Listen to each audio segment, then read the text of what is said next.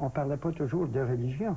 On parlait surtout de cet appel à l'action sociale qui stimulait à chacun de nous. Et ça l'a mené en 1962 au Devoir. Il a été éditorialiste, mais directeur aussi du Devoir pendant plusieurs années. Et ça a vraiment été, encore une fois, une étape vraiment très marquante parce que c'est une position d'influence pour Claude Ryan. Et Jean-François, j'aimerais présenter un autre extrait du documentaire au moment où Claude Ryan arrive à la direction. Exactement, parce que aussi, au sein de l'Action catholique, il y avait beaucoup de journaux. Donc, c'était pas un monde totalement inconnu pour lui. Et quand il est arrivé au Devoir, il a eu une sorte d'entente avec Gérard Filion et il a développé dès le début, vous allez le voir, cette espèce d'indépendance qui marquera le reste de sa vie professionnelle. Le 2 mai 1964, le conseil d'administration du Devoir nomme Claude Ryan à la direction pour un mandat de 10 ans. Dans son premier texte, à titre de directeur du Devoir, Claude Ryan s'engage à défendre à tout prix l'indépendance de la fonction qu'il occupe et celle du journal. J'avais pris une phrase que Gérard Filion avait employée plus tôt, quand il avait dit « Si jamais on veut faire dévier ce journal-là de sa mission et de son but, je le tuerai de ma main. » Moi, je ne suis pas allé aussi loin à ma souvenance, mais je pense l'avoir cité. Et j'avais une certaine sympathie pour cette attitude. Claude Ryan ne tardera pas à faire valoir ses principes d'indépendance. L'occasion se présente lorsqu'il doit discuter avec les institutions nationalistes qui financent le journal. Le Devoir traverse une période difficile et Claude Ryan doit aller négocier personnellement de nouveaux emprunts. On m'a dit, là, tu n'es pas tout à fait assez nationaliste pour notre goût. Puis si tu veux que ça marche, qu'on mette de l'argent, il faudrait peut-être que tu sois un petit peu plus accueillant. Puis quand on a un communiqué, tu nous le passes plus facilement. Outré par cette attitude, Claude Ryan décide de s'adresser ailleurs. Avec l'aide d'Alfred Rouleau, un ancien de l'Action catholique qui est devenu un des dirigeants du mouvement Desjardins, il va pouvoir se passer des créanciers habituels du journal et il se fait un plaisir de leur annoncer lui-même. J'ai obtenu des souscriptions pour 2 fois le montant dont j'ai besoin. Par conséquent, on va se passer de vous cette fois-ci. Ça a été ma manière de régler le problème, pas être chicane, rien de ça. Et je me disais, je ne veux pas recevoir des appels de l'ordre de Jacques Cartier, moi, puis de la Saint-Jean-Baptiste, quand j'écris un article. C'était pas mon genre. Alors, on voit, Paul Ryan, que votre père était un homme qui avait du cran, en tout cas, et qui n'avait pas peur de ses idées non plus et de ses positions. Et le Devoir, là aussi, était un outil formidable pour véhiculer ces idées-là. Bien, on voit que c'était peut-être les plus belles années de sa vie qu'il a passées là-bas parce que tout dans sa personnalité là, le destinait à ce poste-là. Puis en plus, ce poste-là lui a donné l'occasion de faire valoir ses plus belles qualités. On peut penser à son remarquable esprit de synthèse, à sa capacité d'aller chercher l'essence des événements, là, des choses, sa maîtrise exceptionnelle de la langue française écrite, langue qu'il a toujours respectée au plus haut point. Puis aussi, bien, ses talents de conciliateur, plus que ses talents de manigance, de politique ou de jeu de coulisses. Au Devoir, il était consulté par tout le monde, il avait à concilier des conflits, il était médiateur dans certains conflits importants. Les politiciens le consultaient avant de prendre des décisions. Je pense que ce rôle-là, cette fonction-là est celle là, qui allait le mieux, là, qui allait chercher le maximum de sa palette de talents. Et l'audace aussi. Il au téléphone des fois, le matin, il disait « Père, c'est le sage ». Je me souviendrai toujours de ça. Et l'audace aussi, on a beaucoup parlé aujourd'hui du fameux éditorial de 76, là, où il dit carrément aux Québécois de voter pour le Parti québécois. Claude Ryan était fédéraliste, mais très nationaliste, mais fédéraliste quand même. Et là, ça a secoué le monde libéral, Jean-François, ben, c'est-à-dire que, oui, parce qu'effectivement, c'était un fédéraliste connu, et puis, mais sauf qu'il faut voir que ce cheminement-là dans le journal s'est fait graduellement. Quand on lisait ces éditoriaux-là, je pense que vous pouvez témoigner de ça, vous aussi, on savait que le dernier allait se rendre là, on savait qu'il avait décidé de donner une chance. Et ça montre aussi cet homme-là qui a toujours recherché, chaque fois qu'il analysait une situation, un équilibre. Et là, il se disait, il est temps de donner une chance à ce parti-là. S'il met de côté son option, comme il nous le dit, donnons-lui une chance. C'est ce qui va le choquer plus tard, mais... Un dernier extrait, si vous voulez bien, une anecdote, Jean-François, au moment où Claude Ryan se lance en politique, va devenir chef du Parti libéral. On l'écoute tout de suite, si vous voulez bien, on en discute après. Dans les jours suivants, il rencontre Paul Desrochers, l'éminence grise du Parti libéral du Québec, l'homme fort du régime Bourassa. Puis j'ai dit, voici, là, M. Desrochers, moi, comment je vois ça. Puis vous, je ne vous vois pas dans le portail. Puis il m'a dit, je ne veux pas y être non plus. Puis il dit, moi, je ne suis pas contre vous. Puis il dit, je peux vous assurer d'une chose, Moi, je ne toucherai à rien, je ne chercherai pas à mêler les cartes. Mais peu de temps après, Brian Mulroney, un ami de Claude Ryan, rencontre à son tour Paul Desrochers dans un hôtel de Montréal. Il découvre une autre version des faits. Desrochers m'informe qu'il n'y a pour aucune considération va-t-il appuyer Ryan, et il a l'intention de travailler activement contre lui. Alors, à ce moment-là, il ne parla pas dans l'oreille d'un sourd. Hein? Et j'ai dit à Desrochers-Paul, est-ce que Ryan sait ça? Brian Mulroney lui-même vient à peine de se remettre d'une campagne difficile à la direction du Parti conservateur qu'il a perdu aux mains de Joe Clark. Il décide de prévenir son ami Ryan. À la toute fin de la course à la chefferie, je me suis fait passer au cash par les gars à Ottawa. Alors, je voulais pas que ça arrive à mon ami Ryan, alors je l'ai appelé et on s'est rencontrés immédiatement. Puis là, vous lui avez dit Absolument. ce qui se passait vraiment. Oui. Vous souvenez-vous de sa réaction? Ben, il était étonné. Il était horrifié. Hein? J'ai dit, Claude, bienvenue à la Ligue nationale de hockey. Hein? Donc, encore une fois, un aperçu de la vie vraiment difficile de la vie politique. Paul, est-ce que vous croyez que votre père était heureux en politique? Il venait de quitter le devoir, il se lance en politique. Est-ce qu'il était heureux dans ce rôle de politicien? Ben, vous vous rappelez qu'il a été très réticent à sauter dans le domaine politique. Il avait publié un premier article, il avait d'abord dit non, ensuite il avait posé des conditions. Je pense qu'une fois qu'il est entré là-dedans, il a été heureux. Il y a eu deux phases heureuses puis une phase très difficile. Je pense que la première phase, quand il est devenu chef du parti, la campagne référendaire qu'il a présidée avec succès, les 15 victoires consécutives aux élections partielles, puis tout qui prédestinait le Parti libéral à reprendre le pouvoir en 81. Je pense que ça a été une période heureuse. On ne peut pas dire que ça n'a pas été une période heureuse. Puis là, il est arrivé le rapatriement unilatéral de la Constitution par le gouvernement fédéral, qui a redonné un momentum au Parti québécois, qui a fait en sorte que le Parti québécois a gagné les élections de 1981. Là, son leadership a commencé à s'effriter. Et là, il y a vraiment eu une période très, très, très difficile. On en parlait encore ces derniers jours, quelques jours avant sa mort. Il nous disait qu'il avait même été humilié là, pendant cette période-là, profondément.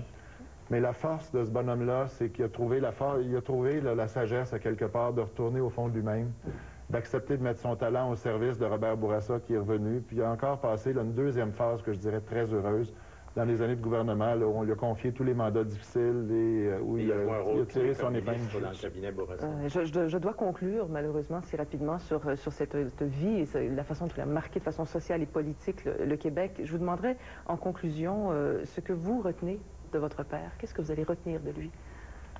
Bon, on retient que c'est un homme d'une intégrité, je pense, inattaquable et qui laisse là, aux Québécois, puis à ceux qui voudront faire l'histoire plus tard, un ensemble de réalisations, mais aussi une œuvre écrite considérable, que ce soit ses éditoriaux, tous les textes qu'il a laissés, là, qui vont lui survivre pendant des générations. Monsieur Ryan, qu'est-ce que vous allez retenir de votre frère? Un exemple d'engagement, de franchise, d'intégrité, de détermination et d'endurance. Parce qu'il a démontré qu'il était à long terme. Et ça prenait ça pour y aller comme il est allé dans ces trois phases-là.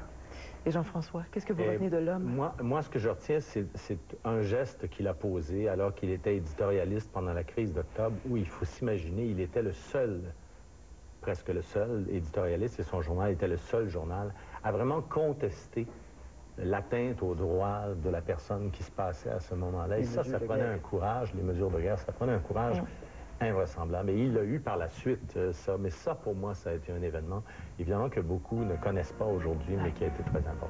Eh bien, messieurs, je vous remercie beaucoup d'être venus nous voir ce soir pour rendre hommage à Claude Ryan. Merci.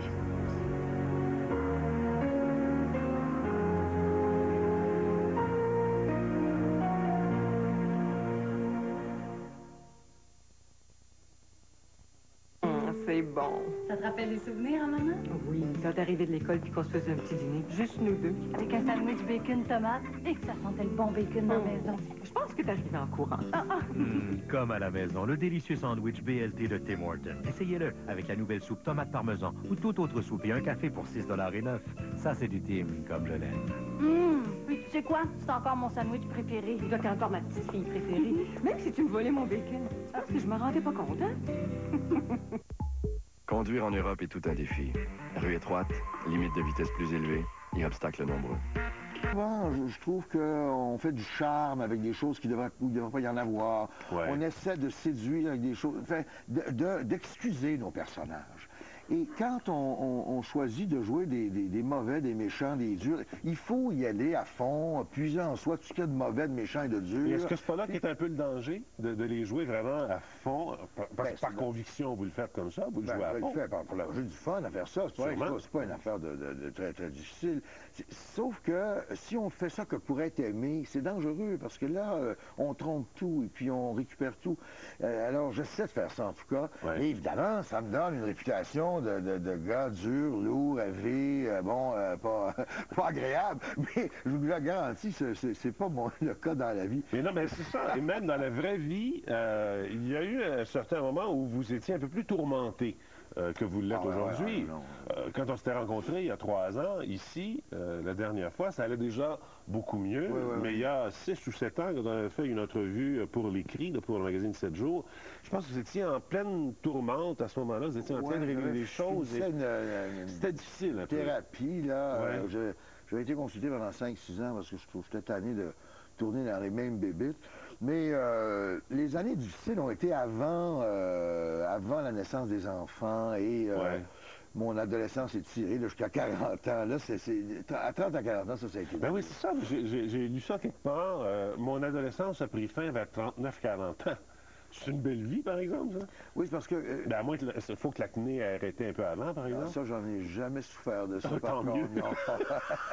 Tant mieux. Mais vous avez été adolescent jusqu'à 39 en fait, je l'ai commencé tard, voyez-vous. J'ai commencé comme à 22-23 ans. Pourquoi? Parce que j'ai dû être un adulte de 6 ans à 22 ans. Pour toutes sortes de raisons familiales, j'ai eu des responsabilités. Bon, j'ai été pensionnaire très longtemps, alors là, il faut surveiller ses arrières. On ne peut pas avoir une vie... dans les pensionnats, c'était impossible d'avoir des vies d'adolescence réelles. Pourquoi? Parce qu'il y avait des responsabilités, il y avait de la survie, il y avait pas de, comment dire ça, faut protéger son territoire. Retraite, oui, et puis il n'y a pas personne qui te protège. Moi, j'ai jamais été pensionnaire. Non, essayez ça, Michel, si vous allez aimer ça, vous auriez eu du plaisir. Là. Non, mais ça, peut-être, oui. Non, mais c'était gentil. Je veux dire, j'ai rien contre les institutions, c'est pas ça. Mais ça prive quelqu'un d'une sorte d'enfance que mes enfants ont aujourd'hui, en tout cas. Oui. Mais de toute façon, vous n'êtes pas issu d'une grosse famille. Non. Vous étiez 2. Est-ce qu'à un certain niveau, c'était pas préférable pour vous de vous retrouver dans un plus grand groupe que de vivre dans une toute petite cellule familiale, peu importe les problèmes qu'il y avait inhérents à la famille? Il n'y a pas un avantage à ça? Ben, moi, c'est pas pour ces raisons-là. Je ne sais pas quel est l'avantage. Nous, c'est parce que c'était une famille très nomade. Et puis, quel âge vous avez là, sur cette photo-là? Oh, regardons. J'ai 11 ans, 12 ans, l'âge de mon fils actuellement. Je me déguisais en Elvis Presley. Ah oui. Mais là, mon père ne voulait pas. Et puis, T'en cachette? Non, mais quelques jours après ça, là, j'étais en vacances de Noël à Chibougamau. Oui. Et j'allais au collège de Rouen quelques jours après ça, en passant par Dorval. Mais c'était loin?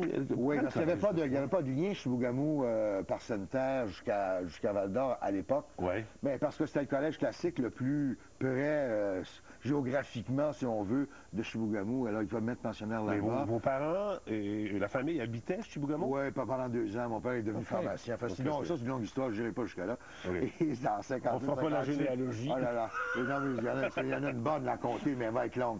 Mais, ça, c'est comme vous voulez. Je ne sais pas si j'avais du temps, mais donc, j'étais grand pensionnaire à Rouyn-Noranda. Donc, j'allais chez moi juste à Noël puis l'été. Vous avez été pensionnaire 4 ans?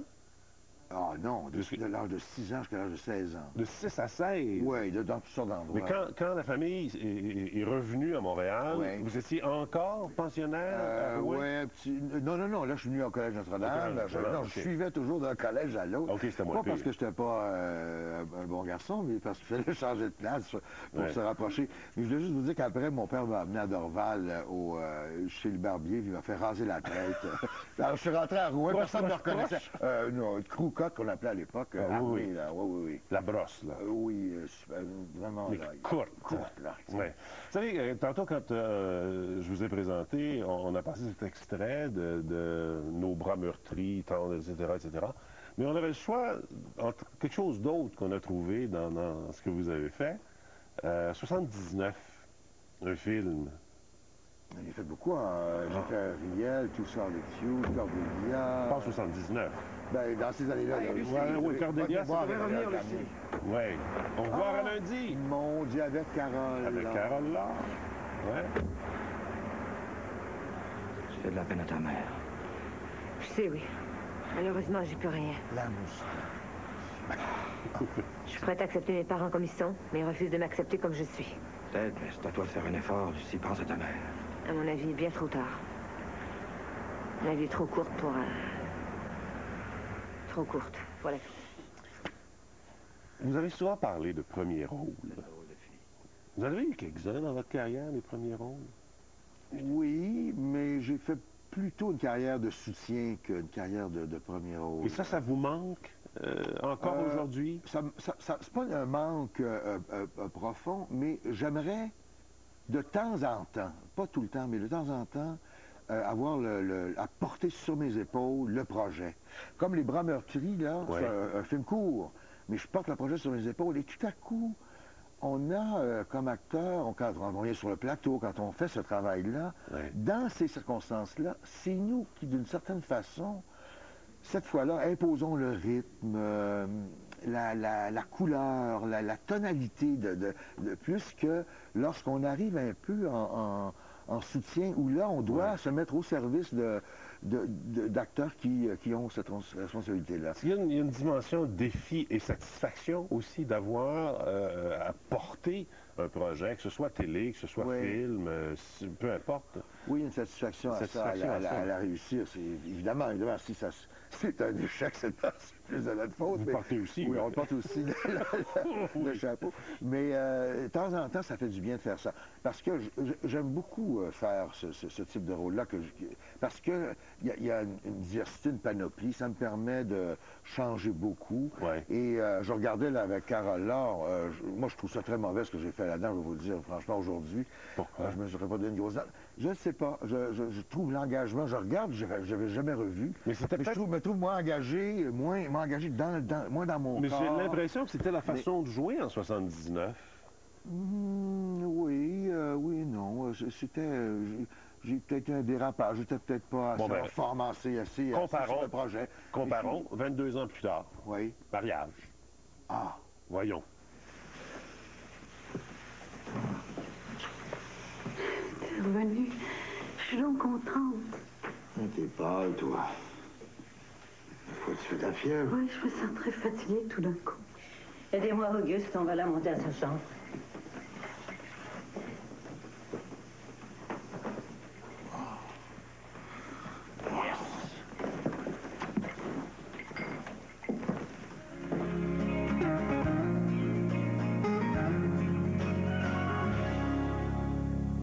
Les invités de Michel Jasmin sont logés au Château Bonne-Entente. Le Château Bonne-Entente, l'hôtel de villégiature urbain de Québec. Grâce à Subway, soyez un héros pour la faim. Ce dimanche 15 février, aidez Moisson Mauricie en apportant des denrées non périssables d'une valeur d'au moins $1. Il y a Agnès Var. Région. En retour, Subway vous servira gratuitement un sous-marin 6 pouces. Vous le savez, les jeux vidéo, c'est de plus en plus populaire. Ça fait que chez le Super Club Vidéotron, ben, on en a de plus en plus. Puis les DVD aussi, c'est de plus en plus populaire. Ça fait que on en a des tonnes de copies. Ah, puis si vous avez encore un VHS, là, ben non, on en a encore.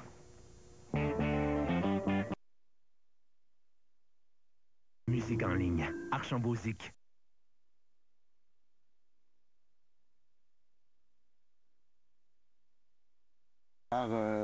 Besoin d'affection, besoin d'amour, besoin d'attention qui vient d'un...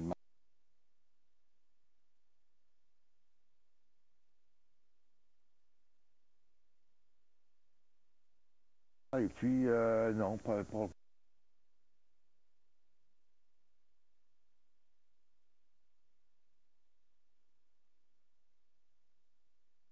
Les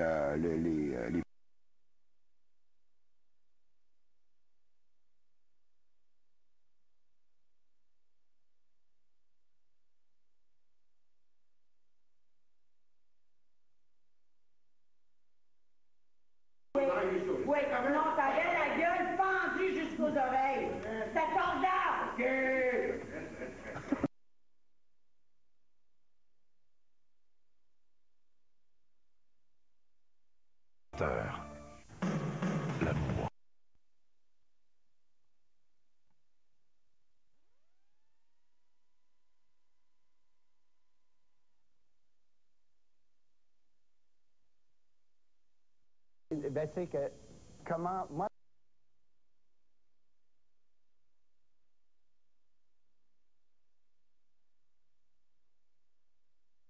Québec, avec une seule idée en tête, vous faire économiser.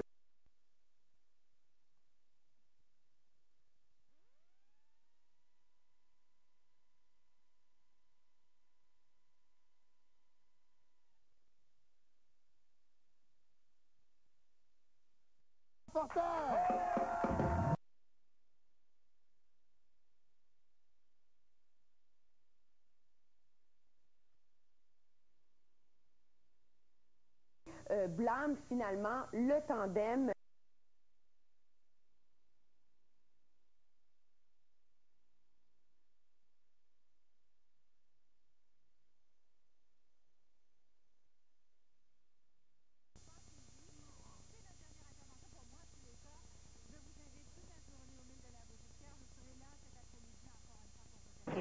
Bravo. Merci, Daniel. Merci de cette générosité, puis on compte sur votre présence. On va regarder ensemble les résultats avec Emmanuel Latraverse plus tard, mais d'abord, si vous ne l'avez pas encore entendu, la défense du premier ministre Martin depuis hier.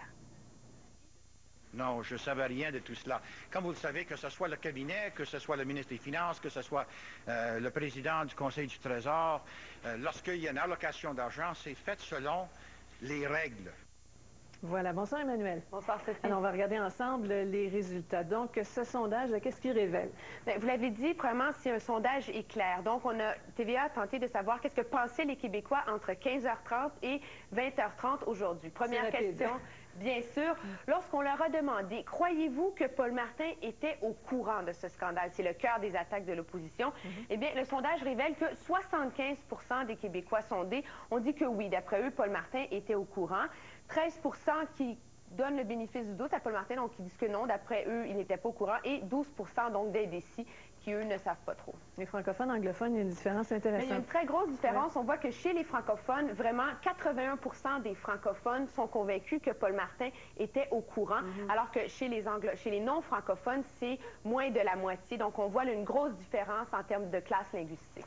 Une autre question intéressante, Emmanuel, la question de la responsabilité. Hein? Sheila Fraser, qui ne peut pas dire qui a créé le programme. Alors, comment les répondants voient ça? Bien, la question qu'on a posée, c'est laquelle des trois personnalités suivantes doit assumer la principale responsabilité. Et là, on voit que 35...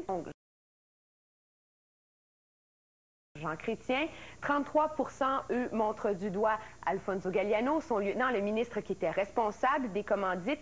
Et 19% disent que c'est plutôt le nouveau premier ministre, Paul Martin, qui devrait assumer la responsabilité de ce scandale-là. Ce que ça révèle surtout, c'est que c'est plus des 2/3 des Québécois qui blâment finalement le tandem Chrétien-Galliano, l'ancien régime. Donc. Voilà. Bon, finalement, une campagne électorale qui approche, évidemment, on se pose la question, quel impact ça va avoir sur le premier ministre et comment les gens voient ça? Bien, on a demandé aux gens, premièrement, comment est-ce que les événements entourant toute cette affaire-là, donc d'une part la réponse du gouvernement, etc., est-ce que ça a eu un impact sur leur opinion de... Dis ça! Je suis sidéré. Oui, hein? Si je te dis nuage de guimauve enrobé d'un clapotis chocolaté. Pardon? Un quoi? Recommence? Je vais recommencer. Ah oui? Je vais recommencer. Je commence. Ah OK. ouais. Nuage de guimauve enrobé d'un clapotis chocolaté. Un sundae. Ça peut être ça, mais la réponse est oui, pète écrasé. Oh non! Okay. Si je te dis pain maison gratiné à la sauvette. Gratiné à la sauvette. Oh, là tu m'as... Pain, mais gratiné? Ouais. Un sandwich aux tomates? Non. La réponse est là, tu peux... C'est quoi? Un grilled cheese? Oui! Ah! OK! Un petit pain western. OK. Je te dis crudité du jardin servi avec fromage affiné en petits pots. Oh! Un bout de céleri avec du cheese whiz. Exactement! Oui! Et pour terminer, charcuterie fine enveloppée d'une feuille serrée et sauce Dijon. Un hot dog. Pas loin, un pogo moutarde. Ah, bon! Mesdames et messieurs, mon prochain ami, quand il mange son steak, il mange ça bien cuit. Puis quand il rencontre un artiste aussi, il aime ça très bien cuit. Mesdames et messieurs, l'incroyable Bernard Fortin!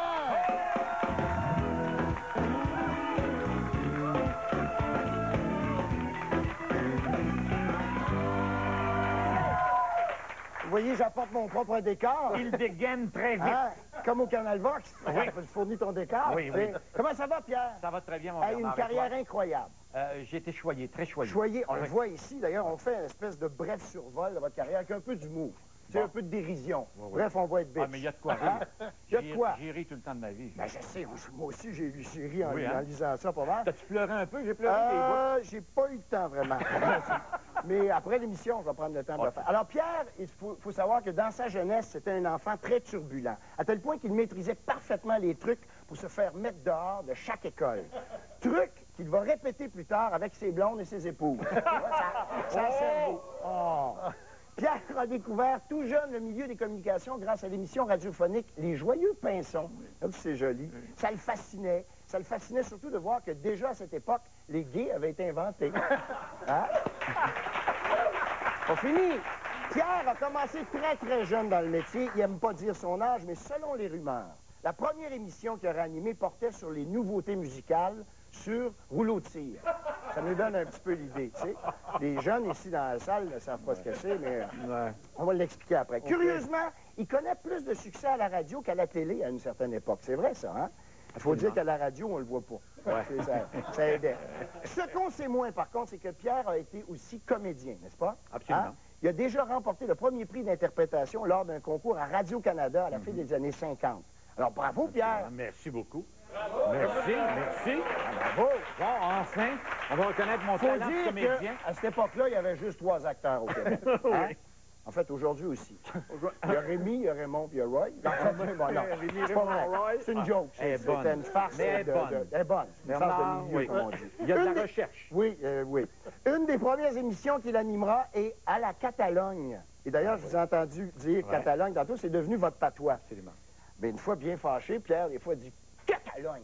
Tu sais, ça soulage, hein? C'est le fun. Il se félicite de ne pas avoir animé, il faut le voir pour le croire, par exemple. Il faut le voir pour le croire. Ou Cadillac Rose. Piment fort. Pierre, dans les années 75, fut un des premiers à se vanter d'être aux deux. Oui! Ah. Jusqu'au jour où il retournait animer au Canal 10. Oui. Hein? Pierre a aussi animé Jeunesse d'aujourd'hui en remplacement de Pierre Lalonde. M. Marcotte raconte souvent l'anecdote voulant qu'il a poussé M. Lalonde à quitter l'émission quand il lui a dit le mot pénis. Pierre n'a pas aimé. Et Pierre il a quitté le plateau d'un coup. Pierre Marcotte a passé plus de 10 ans de succès à la barre de Les Tannants. Et comme dans sa vie amoureuse, il y a eu plusieurs co-animatrices pendant ces 10 années-là. Hein? Mais on ne peut pas reprocher à Pierre de ne pas avoir de la suite dans les idées. Il fut marié pendant longtemps à Shirley Theroux. Puis là, il tripe présentement sur Charlie's Theron. Oh oui! Malheureusement, Charlie's ne retourne pas ses appels actuellement. Eh bien. Pierre est maintenant grand-père, c'est vrai, il est fier de son petit-fils Gabriel Alexandre, à qui il apprend à jouer toutes sortes de mauvais tours, hein, des tours de magie, puis à se cacher, tout ça. C'est le devoir d'un grand-père. Ben absolument. Et aussi cacher de l'argent d'impôt, Pierre. Oui. Alors, c'était un peu Pierre Marcotte, mesdames et messieurs. Merci, Bernard. Et Pierre, pas fini. Dernière petite anecdote, et c'est vrai, il paraît que tu es mis dehors d'une école. Et on t'a pas remis ton bulletin. À un certain moment, au collège Saint-Laurent. Et on a un invité ici. Hein, le père Arbour. Pas vrai!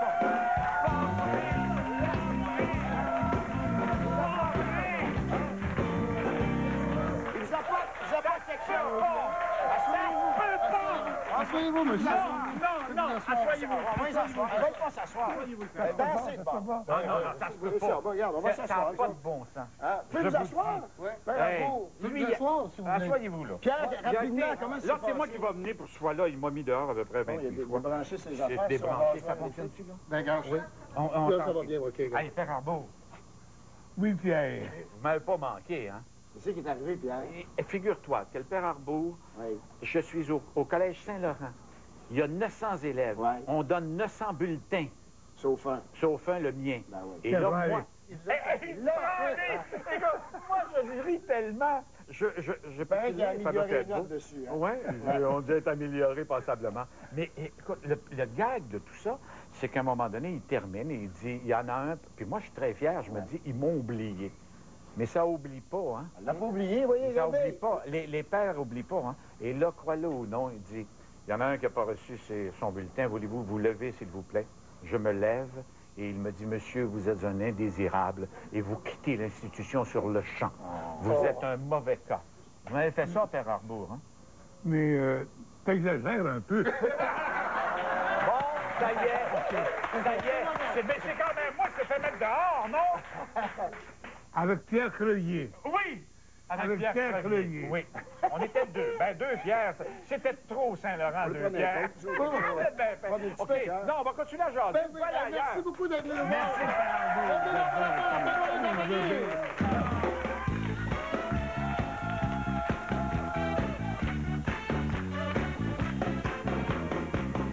Oui, trèfle. T'as diarrhée. J'ai pris Modium. Ça va bien? Quoi je vais en venir, hein? C'est-tu, non? En tout cas, je vais t'expliquer. Comme je te connais très bien, Pierre, le premier mot qui te vient à l'esprit, là, c'est sexe. Hein? Dis-le, là. C'est ça. Mais ça, c'est normal. Il n'y a rien là, là. Normalité des choses. Pas ça. Je te parle pas de bateau, là. Je te parle pas de bateau, là. Je sais que, bon, j'en ai monté une couple de bateaux à travers certains journalistes, avec certains journalistes, là. Mais c'est pas ça. Je te parle de bateau parce que c'est une passion qu'on a en commun. Moi, j'ai toujours aimé les bateaux, tu le sais. Mais oui! T'adores ça. Mais oui, j'ai tellement passé ma vie à en monter des bateaux, là. Tu comprends-tu? Je veux dire, à mes chums, puis tout ça. Mais toi, je t'en ai pas monté, par exemple. Mais t'as essayé de m'en monter, par exemple. La seule chose, là, que je peux pas endurer avec les bateaux, là, c'est que les baptêmes, là, les baptêmes de bateau, c'est épouvantable. Quand ils garochent la bouteille sur le bord du bateau. Voyons donc! Ben, voyons donc. Moi qui n'ai pas gaspilleuse, je peux pas prendre ça. Mais il faut la boire avant de la casser. Non, je veux dire, on peut en boire. Je veux dire, on peut arroser nos fleurs avec, on peut faire ce qu'on veut, on peut prendre notre bain avec, mais pas d'en boire. Moi, je trouve ça me crève le cœur. Je suis pas capable d'endurer ça partout. Bon, en tout cas, l'autre affaire, là, c'est que tu es d'accord avec moi, mais il y a juste une chose que j'aimerais savoir. Pourquoi tu m'invites, je veux dire, à tes premières de show? Tu m'invites pour faire monter tes codes d'écoute, je sais. Oui. Tu m'invites jamais sur ton bateau. Jamais. Comprends-tu? Tu m'as jamais invité sur tes bateaux. C'est ça que je prends pas. Bon, ça va se régler à soir, là. Parce que tu penses que je vais me choquer sur ton bateau? Tu sais, moi, je suis normale. Je suis comme tout le monde. Je mets du champagne dans mon jus d'orange le matin, dans mes céréales, ou quand je me brosse les dents. Je me rince la bouche avec. Je veux dire, puis je suis toujours en compagnie d'un coiffeur, d'un maquilleur, d'une petite caméra, d'un petit preneur de son. Il n'y a qu'une petite équipe réduite. Ça coûte pas cher. Bon. Tu vas me dire que j'ai un chien? Hein? C'est ça le trouble? Oui. C'est parce que j'ai un chien? Non. Mais Jesse, là, il est comme tous les chiens normaux. Il a juste besoin d'un petit plat avec un petit peu de caviar, puis la télécommande pour la télé, puis tu l'entendras même pas. Je te le promets. Bon. T'as peur que je te fasse honte, hein? T'as peur que je me choque? Non, jamais. Bon, jamais. pourtant, c'est dur d'avoir plus l'air fou qu'à l'époque des Tannants où tu tombais tout habillé dans la piscine devant 2 millions de personnes. Hey, on a des photos! Montrez les photos! Bon. C'était le bonheur. Ça, c'était le bonheur. Quand je tombais à l'eau, là, les gens, c'était le bonheur. Moi, je sais pourquoi tu ne veux pas m'inviter. T'as peur que je garoche tes balises à l'eau. C'est ça. Ben, ça, oui. Bon. C'est bien clair. C'est juste une joke, ça, pour vous faire parler les journalistes. Voyons donc, t'es plus intelligent que ça. Voyons donc. Viens pas me dire que t'as cru ça, ces affaires-là. Oui, mais quand on jette les balises à l'eau, ça va être le gars après. Non, je suis pas si fort que ça. Je veux dire, au poids que tu pèses, là. Bon, dis-moi pas que tu m'en veux encore d'avoir refusé tes avances. Quoi? Quoi? Tu m'en veux parce que je t'ai enlevé les mains. Tu sais, je dis d'un là, je ne rentrerai pas là-dedans.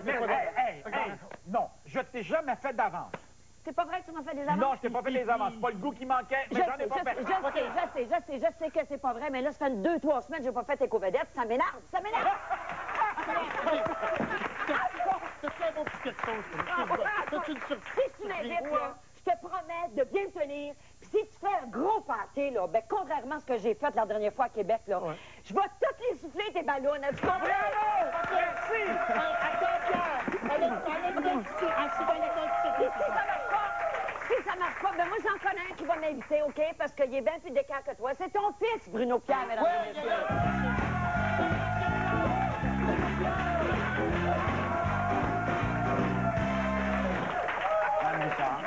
Comment ça va? Allez-vous m'inviter sur le bateau? Mais quelle belle oui, surprise!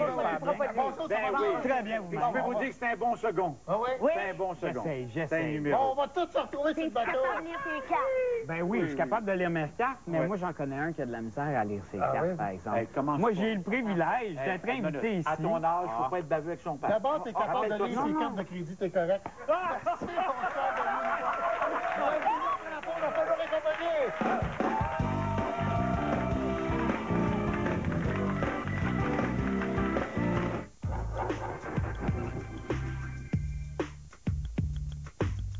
Un traitement VIP sur glace vous attend.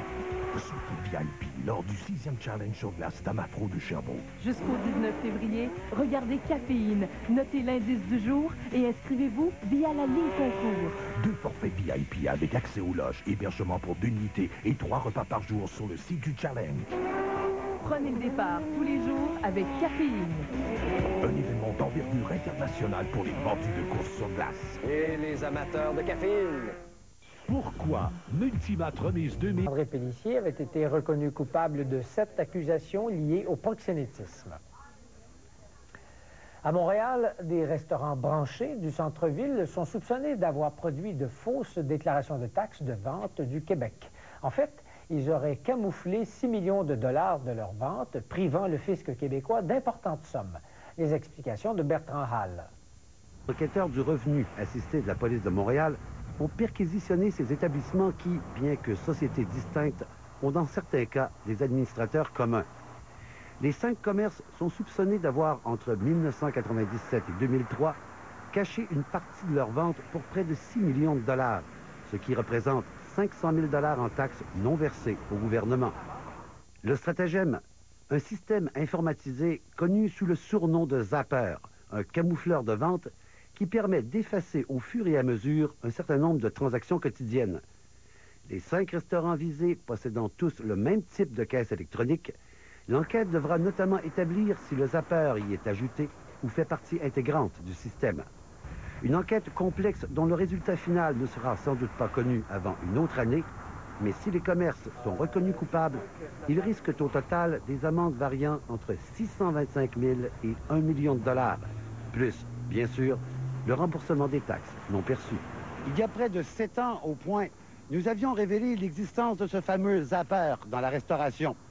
Il est pour le moins étonnant, après toutes ces années, de constater que ce système existe toujours et semble-t-il... Quand on va à son émission, on peut parler de cette passion. S'il me reçoit en entrevue, avec lui je parle de mon vécu. Au tannant, il tombait dans l'eau. C'est ça qui a payé son bateau. Il est tellement tombé souvent qu'il s'est payé un restaurant.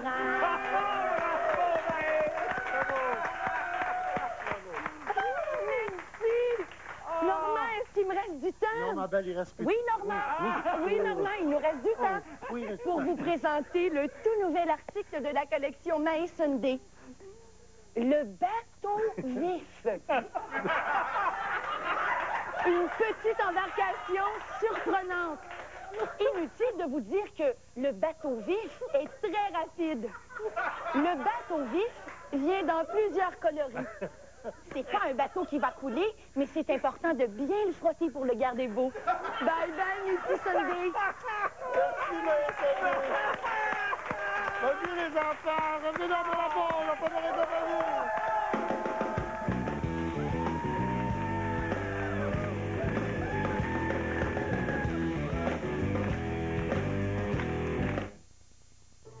Pour une transaction en toute confiance et des résultats maximum, appelez votre agent Remax aujourd'hui.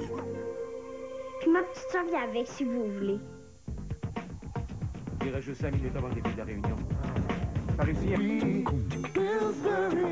Ça se transforme, ça fond et c'est chaud. Qu'est-ce qu'ils aiment par-dessus tout? Les perdre, les briser ou bien les manger?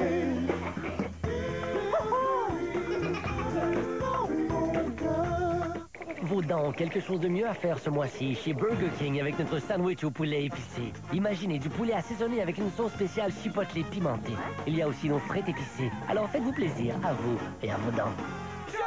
le goût Arrête, chérie, je veux sortir les déchets.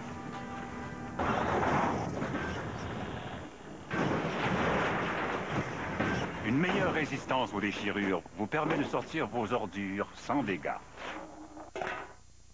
Ce dimanche, le phénomène qui a enflammé le Québec est de retour.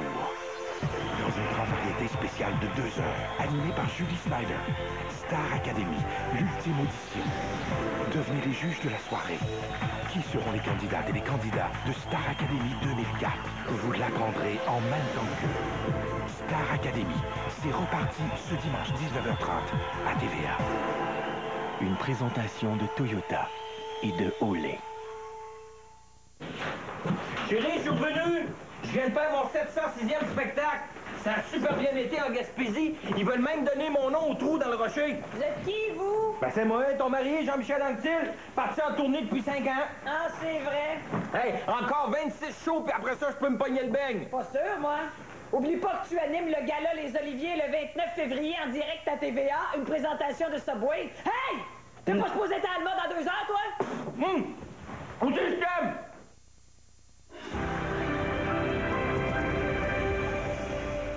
Alors, petit chaperon rouge, est-ce que c'est le temps d'aller se promener dans les bois?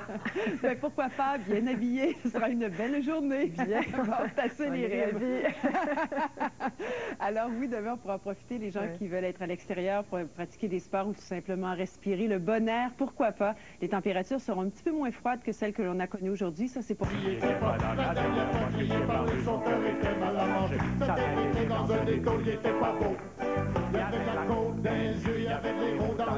Il y avait tout son corps qui penchait par en avant. Il y avait envie de vomir, il y avait envie de mourir. Qu'est-ce qu'on fait dans ce temps-là? Moi, j'avais le goût de manger. Laissez seul au bas de la catastrophe.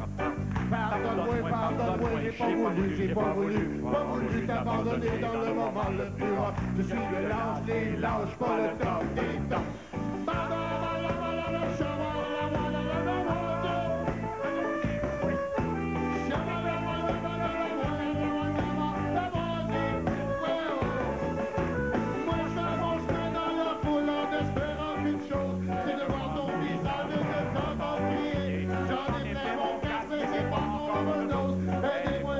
De près de 6 millions de dollars. À Gatineau, un homme a été mortellement atteint par le projectile de l'arme d'un policier. Les policiers répondaient à un appel à la suite d'un vol dans un commerce. Le suspect trouvé sur les lieux aurait été abattu à la suite d'un faux geste.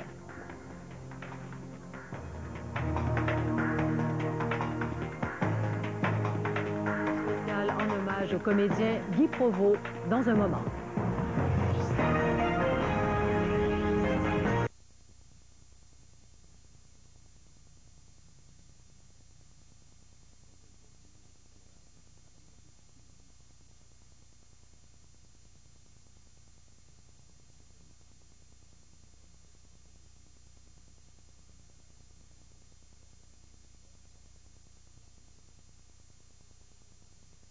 Avant de changer de véhicule, venez rencontrer mon équipe. Pour du choix. Vous savez, c'est de la qualité. Nous sommes là du lundi au vendredi, de 8h à 21h. Depuis 10 ans, Pierre Cloutier Automobile, boulevard des Forges Nord, Trois-Rivières.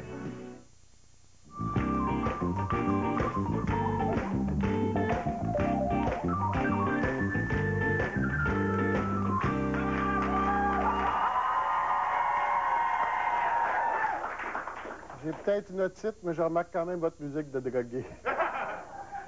Mesdames et messieurs, ma prochaine amie n'a jamais été un mannequin, mais pour ce qui est du sexe, c'est un modèle. Janine Sutton! Bon compliment, Bonsoir. Oh, ben, je comprends, mais il sait de quoi il parle. Hein? Dominique, c'est un plaisir. Alors, je savais que tu venais, que tu es une spécialiste des relations hommes-femmes. Alors, ça me passionne, effectivement. Oui, oui, mais c'est passionnant. Alors, j'ai décidé de te parler de certains faits statistiques sur la sexualité. Et tu sais, c'est des faits véridiques, hein? Ça, c'est certain, je les ai trouvés sur Internet. Ah, c'est sûr. C'est sûr que c'est, hein? Alors, savais-tu que ça prend 1 heure à un spermatozoïde pour nager la distance de 7 pouces? Hein? Tu savais pas, hein? Ça veut dire que sur une longueur de piscine, moi, je pourrais battre un spermatozoïde, même si je nageais sur le dos. Même sur le dos. Hein. Certainement. Alors, selon l'Institut Kingsley, tu connais, tu sais ce que je veux dire, donc, la moitié des fermiers ont vécu une relation sexuelle avec un animal. La moitié? La moitié. C'est vrai, Ce qui prouve que les fermiers n'ont aucune gêne à répondre au sondage. Et là, j'en ai une bonne, par exemple. Savais-tu que faire l'amour trop souvent est très dommageable pour la santé? Ça, c'est la première fois. Ben, oui, mais attends, ça peut même conduire au cancer du poumon si tu fumes tout le temps après. Ça a du bon sens. Ça. Alors, la vitesse moyenne d'une relation sexuelle chez un chimpanzé est de 3 secondes. Voilà enfin la preuve que l'homme descend du singe.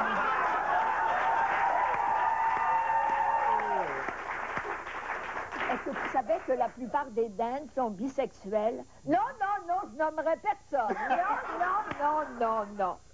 Il semblerait aussi que les pingouins, je suis beaucoup dans les animaux, je remarque, n'ont jamais plus qu'un orgasme par année. Ce qui explique pourquoi ils marchent drôle. Alors, on dit que 200 millions de couples font l'amour chaque jour sur la Terre. Ben oui, ça, c'est pas mal grand.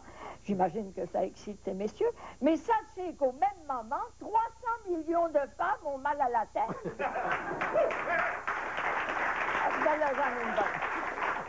Les femmes qui ont un diplôme universitaire sont 2 fois plus susceptibles d'avoir des one-night stands que les femmes qui n'en ont pas.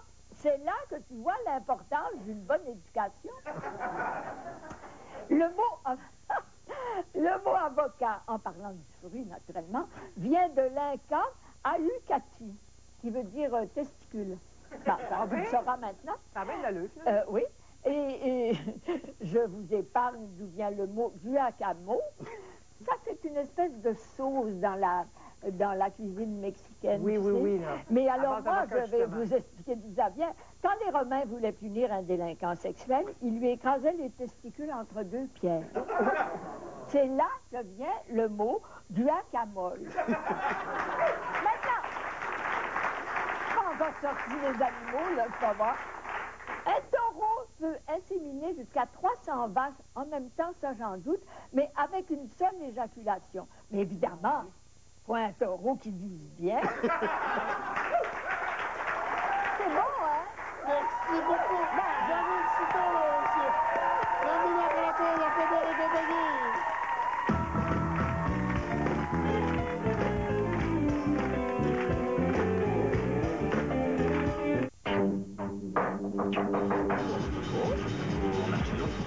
Une surprise de la Saint-Valentin. T'es pas là? On en a une copie remixée sur DVD. DVD? On a-tu l'air des millionnaires? Louis m'a rien donné pour la Saint-Valentin ce matin. Pour te sauver en face, j'ai fait livrer des fleurs. Tu vas fucker mon plan. Des fleurs, on va le savoir demain. Fleurs, pas de cadeau. 3 fois rien, ce mercredi 20h30.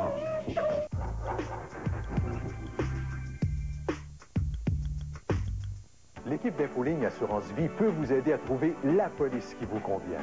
Les conseillers comparent toutes les assurances au Québec avec une seule idée en tête, vous faire économiser. Un appel suffit, c'est simple. Pour réaliser vos rêves, profitez de la force collective d'une grande mutuelle de chez nous. Vous travaillez fort pour votre avenir.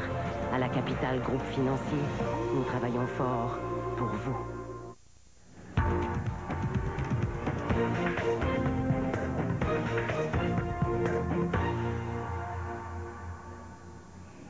Mesdames et messieurs, bienvenue à cette émission spéciale, ici Pascal Nadeau à Montréal, une émission spéciale en hommage au comédien Guy Provost, qui est décédé mardi d'une pneumonie à l'âge de 78 ans. Je vous invite à revoir l'entrevue qu'il a accordée à mon collègue Bernard Derome lors des célébrations du 50e anniversaire de la télévision. Homme de théâtre et de télévision, il nous parle de sa carrière, des rôles qui l'ont marqué et de l'évolution de la télévision au fil des ans.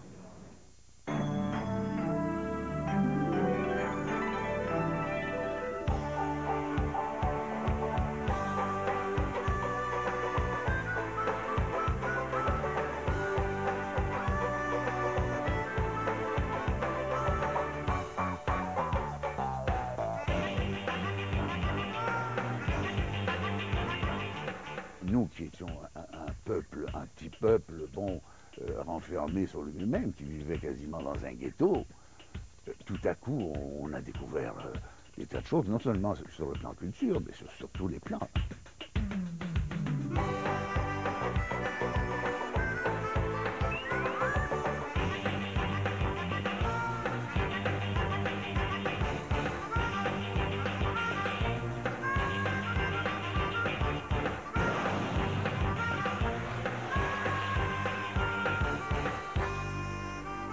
Guy Provost. On pourrait dire qu'il a été de la distribution de tous les téléromans de Radio-Canada, ou presque. Qu'on pense au curé Alexandre de la famille Plouffe, au bel Alexis, l'amour impossible de Donalda des belles histoires, à Théo Joyal des Montjoie, à Antoine Jacquemin de Terre humaine, à Léon Tanguay de Sous un ciel variable, ou encore à Georges Rivard de Mon meilleur ennemi. Mais Guy Provost a aussi joué dans de nombreux téléthéâtres. Pendant plusieurs années, il a été l'animateur de la Vikiba, que le public adorait. Eh bien, aujourd'hui, il nous propose avec humour 1000 anecdotes savoureuses qui racontent, à leur manière, l'évolution de la télévision qu'il a bien connue. Quels sont vos premiers souvenirs de la télévision? Si vous parlez en tant que spectateur, alors là, j'ai occupé l'appartement à Paris de Fred Mella et de Suzanne Lavon, qui, eux, étaient partis en tournée avec les Compagnons de la chanson et qui m'avaient gentiment sous-loué leur appartement pendant leur absence. Et puis, ils avaient un poste de télévision qui m'a permis de découvrir ce que c'était que Alors, la première fois, bien sûr, c'est étonnant. Alors, vous avez vu la télévision française avant de voir la télévision canadienne? Ou... Oui. La première émission que j'ai vue en 1954, en arrivant à Montréal, c'était La famille Plouffe. Ah bon? Oui. Et ça m'a un petit peu, vexé dans le sens que c'était notre premier repas pris en famille chez ma belle-mère, avec les beaux-frères, belles-sœurs, de la famille, ça, autour de la table. Et puis, ça faisait quand même 5 ans et demi que j'étais pas revenu. C'était quand même un événement. Enfin, pour moi, c'était très important de me retrouver avec eux, de leur entendre raconter leurs histoires, enfin, ce qui s'était passé. Et tout à coup, le retour de l'enfant à 8h30, prodige et prodigue. Oui, brusquement, à 8h30, tout le monde se lève, dit « Oh, les Plouffe !» Et tout le monde s'est précipité dans le salon. Les Plouffe, d'abord sur le coup, j'ai pensé que c'était la famille Plouffe, enfin la famille Plouffe, des voisins qui arrivaient à leur rencontre. Effectivement, dans la boîte de télévision. Alors, j'étais un petit peu vexé en me disant quand même, après 5 ans et demi d'absence, on aurait pu poursuivre un petit peu plus longtemps autour de la table à se raconter nos souvenirs et nos aventures. On annonce le mariage de mademoiselle Danielle Smith avec monsieur Henri Fontaine. Il l'aime encore. Je crois que... Allô, père! Je vous ai déjà dit de ne pas passer par le salon avec des coffres à outils. Vous ferez le tour par en arrière. Mais ça, monsieur Abbé, c'est pas gentil pour le premier de vos lecteurs. En fait.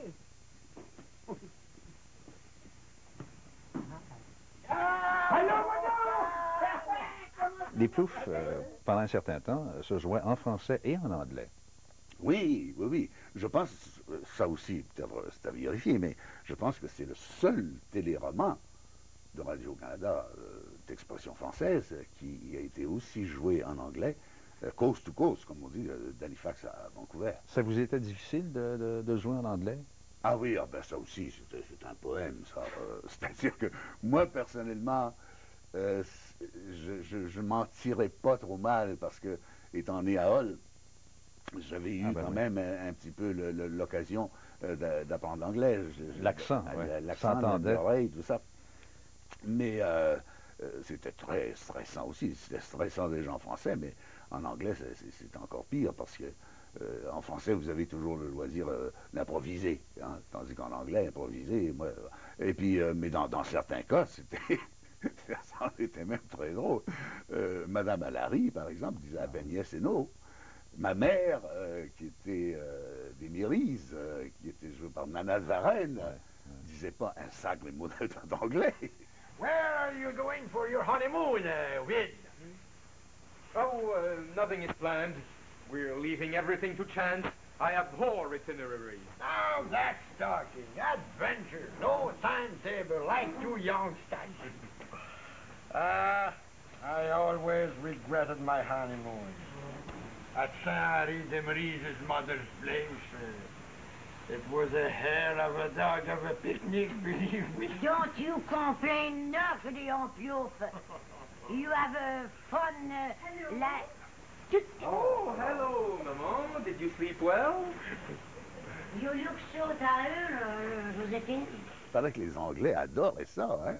Ah oui, parce que les Anglais, en plus d'être passionnés par les histoires de la famille Plouf, attendaient un petit peu la mort du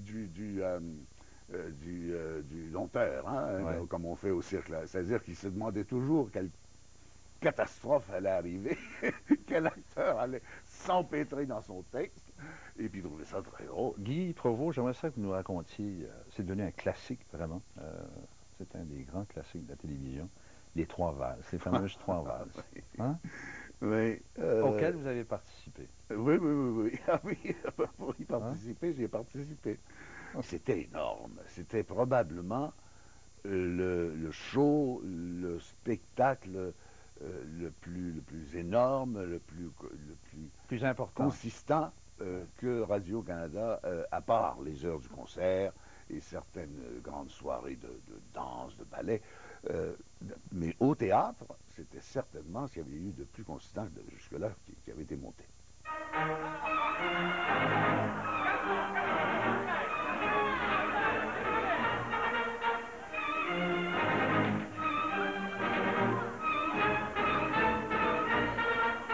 Ah, Philippe!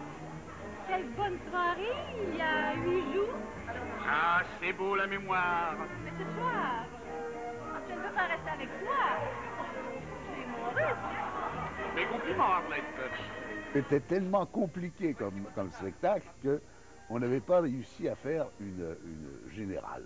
Enfin, vraiment ce qu'on appelait la générale, c'est-à-dire l'enchaînement complet qu'on faisait avant d'embarquer sur l'air pour le public, l'enchaînement complet de façon à voir que si ça roule, tout ça. Bon. Et c'est là où, pour la première fois, par exemple, entre autres, on m'a déculotté sur l'air. Il faut le faire. On vous a déculotté. On m'a déculotté sur l'air, c'est-à-dire que je n'avais pas le temps de changer de costume entre deux scènes. Et on était pas mal catastrophés. Et Mme Lullier, qui était une Française costumière, me dit, bon, il n'y a qu'une solution. Elle me dit, si tu es coupé là, moi je me glisse à quatre pattes, je vais déjà t'enlever le pantalon, hein, et puis les chaussures, et puis il ne te restera plus qu'à enfiler, et puis je vais t'enfiler aussi, oui, le pantalon, le nouveau, et puis mettre les nouvelles chaussures pendant que vous jouez, c'est commode, tu sais. Et puis une fois ça terminé, bon, j'aurais plus qu'à te mettre la redingote, enfin le costume là-haut.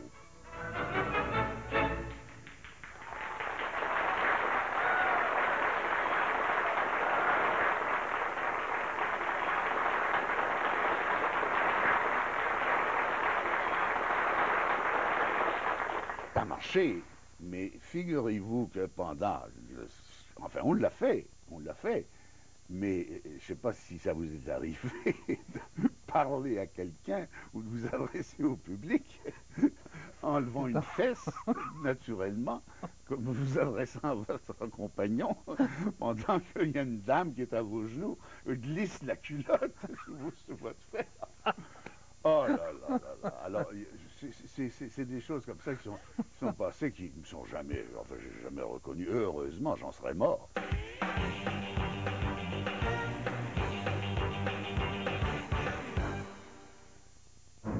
Et si on s'était trompé d'histoire d'amour? Camilla Parker Bowles et le prince Charles n'ont jamais mis un terme à leur relation, même pendant... Le secret royal agissait, l'important était de sauver la face. Mais des années après la mort de Lady Di, leur patience sera-t-elle bientôt récompensée? Au grand reportage Charles et Camilla, le règne de l'amour, vendredi 20h sur RDI. Naima Nick, Naima Junior, Naï-ma-jou. Naï-ma-jou. Il va falloir pratiquer, M. Poirier. Vous avez encore du chemin à faire. Ouais. Ben du chemin. Touareg de Volkswagen. Ce n'est jamais assez loin.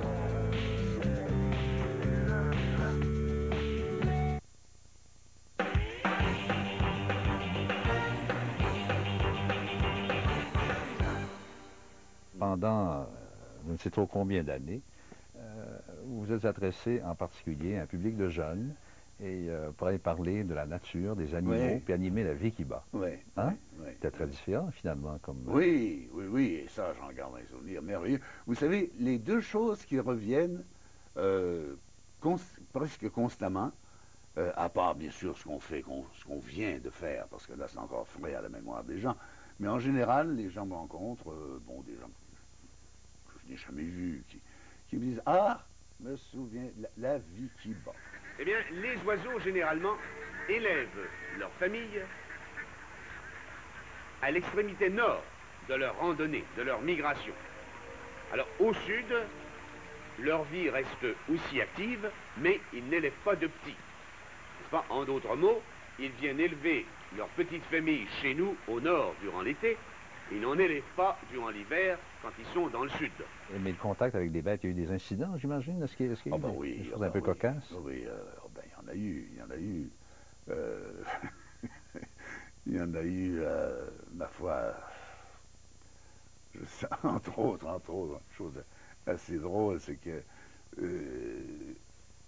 Adelin Bouchard, qui était le réalisateur, avait demandé pour les besoins de l'émission une vache. Et cette espèce de bête, complètement affolée dans le studio, la chaleur. Souvent, les bêtes étaient nerveuses, et souvent, on les tranquillisait, soit par piqûre, si c'était trop grave, ou en les nourrissant comme il faut, puis en les choyant. D'ailleurs, ça m'avait toujours frappé, les bêtes manquaient jamais d'eau, souvent l'animateur en manquait. Pour avoir de l'eau, s'il vous plaît, ça mettait 10 minutes pour venir. Mais on voyait le lion ou le tigre un peu assoiffé, hop, tout le monde se précipitait. Enfin, il devait être plus dangereux que l'animateur. Alors, bref, cette bête, à un moment donné, elle fait ni une ni deux, se met à ruer dans les brancards, comme on dit. Elle a tout démoli dans le 19. Tout le monde s'est retrouvé. Oui, c'était la rue Béchotte. Là, il y avait le 19 il y a des grandes portes qui s'ouvraient. Tout le monde, toute l'équipe. Ah, la vache. Ah, la vache. Mais elle est entrée dans le contrôle. Elle a tout démoli. Elle a réussi à casser tout le contrôle. C'est extraordinaire. Il a fallu en vitesse d'abord se débarrasser de la bête. Il n'y a personne qui a tourné ça? Non, hélas. Il a fallu se débarrasser de la bête et puis se trouver un autre studio. Mais un peu plus, on se débarrassait du réalisateur en même temps parce qu'il s'était mis dans la tête de la tranquilliser. Il était là comme un dompteur. Ah non, c'était étonnant. En tout cas, c'est très bien que vous nous rappeliez ces choses-là. Je pense une très grande époque de votre carrière jusqu'à maintenant, dans Un homme et son péché. Ah ben, Donalda! Bonjour, Maxi. Fait que tu t'en vas de même? Chez nous? Embarque. Non, merci, je suis rendu. Ah, ça me fait plaisir, embarque. Ça te rappelle pas des souvenirs du temps que je te fréquentais? Déjà loin, ce temps-là. Malheureusement, je peux pas m'empêcher d'y penser à nos amours d'autrefois. On peut pas ce mot-là. Quand je parle de mes souvenirs. Vous étiez heureux de retrouver ce rôle, de recamper ce personnage? Oui. J'ai eu un peu de difficulté parce que c'était encore l'époque, vous voyez, c'était encore l'époque on jouait à la française, quoi. Il faut voir des extraits ou même des reprises de téléthéâtre qu'on faisait à l'époque. Tout le monde s'évertuait à jouer à la française. Certains avec un certain talent, parce que, bon, ils avaient fait des séjours, puis ils avaient fait un travail en conséquence, puis d'autres avec moi. Ça donne des résultats un peu bizarres. Il y a un problème d'accent. Monsieur Grillon m'avait appelé, puis il m'avait dit, écoute, quand tu joues à Ixy, il m'a toujours appelé à Ixy. Quand tu joues à Ixy, rappelle-toi qu'à Ixy, il n'a jamais fait chantier à Paris. Alors, j'avais tout à coup des hacks, enfin, bref, il a fallu quand même faire une espèce de petit travail là-dessus, là. Ah, il faut que les deux lettres partent ensemble aujourd'hui, hein? L'honorable Nantel ne peut pas me refuser ça, j'ai assez cabalé pour lui. Oubliez pas qu'aux dernières élections, j'ai fait avoir une grosse majorité, c'est toutes des bleus. C'est connu tout le monde, ça. Et puis à part ça, c'est la première fois que je lui demande quelque chose. Sans compter que la coupe de bois, on va la payer. Vous passez pas par Séraphin? Ah, jamais, boulot noir, jamais. C'est pas une autre colonisation qu'on veut, c'est une coupe de bois. Vous l'êtes toujours, mais vous avez vécu une époque où c'est vraiment... Vous aviez un statut de très, très grande vedette. Oui, dans les années... écoutez, le départ de tout ça, c'était Montserrat. Toutes les femmes crient de joie. L'espoir se lève. Toutes les cloches sonnent. Tout est fini, Montserrat. Non. Tout commence. À Montserrat, moi qui n'étais pas habitué à ça, bien sûr, du jour au lendemain, on m'a arrêté dans la rue, on m'a arrêté partout. Vous avez été consacré meilleur comédien, meilleur rôle, Oui, enfin... oui, puis je gagnais des trophées. Télé-Radio Monde à l'époque, là. Oui, les Gémeaux, puis les métro-stars de l'époque. C'est ça, l'artiste le plus populaire, là, qui est bon, etc. Et c'était comme ça, mais subi, hein. C'est vous dire la puissance du médium. Du médium. Le meilleur acteur est effectivement le meilleur acteur que nous ayons découvert cette année. C'est un ami à moi, un grand ami, je le lui dis officiellement, qui a énormément de talent et qui nous prouvera plus tard qu'il en a encore davantage, si j'ose dire. Je veux parler de Guy Provost, pour Montserrat.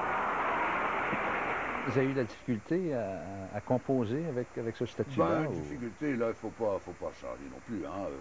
C'était pas Marlène Monroe, là. Non, mais quand même, ça fait plaisir, sûrement. Ça fait plaisir, oui, ça on peut pas se le cacher. Ça peut être agaçant des fois, quand on veut être tranquille. Mais quand c'est fait gentiment. Mais c'est passé relativement vite. Je veux dire, ça c'est pas passé, mais ça s'est amenuisé. Les gens... Je me souviens quasiment de mon premier voyage à Hull, chez mes parents qui habitaient coin Saint-Laurent et Kent, dans le Vieux-Hall. J'étais arrivé là, mais en l'espace de 10 minutes, la rue a été remplie, à tel point que le chef de police a téléphoné à mon père, qui connaissait très bien, vous savez, dans ces petites villes, tout le monde se connaît. Il a dit, disons, qu'est-ce qui se passe chez vous? Il y a une espèce d'attroupement terrible. Mon père ne sait rien, c'est mon gars. Alors, c'est que les gens avaient appris, tous les voisins. C'est effrayant, l'affaire. Il n'y a pas d'autre mot, c'est effrayant. On pense qu'il s'agit de la vie d'un homme, qu'on n'est pas capable de rien faire, puis c'est de ma faute, tout ça, de ma faute à moi. Ben non, voyons tout. Ben voyons donc, qui c'était le gars qui était avec Clémence, hein? D'accord, j'avais un coup dans le nez, mais... Ben non, mais c'était pas toi, ça. C'était un tout jeune homme qui portait ton nom puis qui est disparu depuis belle lurette. Je regarde, à chacune des décennies, il y a quelque chose, il y a quand même un rôle marquant, là, pour vous. Dans les années 70, dans Montjoie, Théo Joyal. Dans les années 80, Terre humaine, Antoine Jacquemin.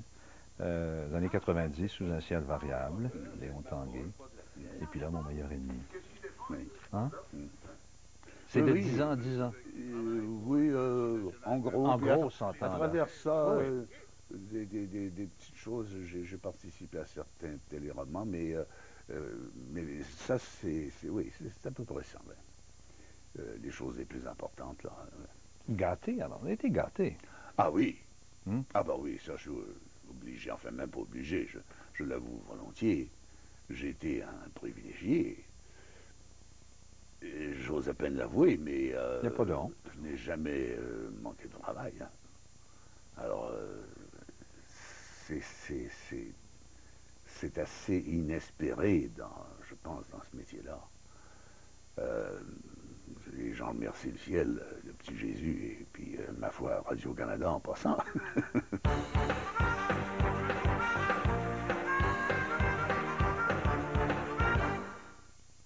Depuis 20 ans, les sociétés d'aide au développement des collectivités et les centres d'aide aux entreprises appuient le développement des régions en offrant des solutions originales.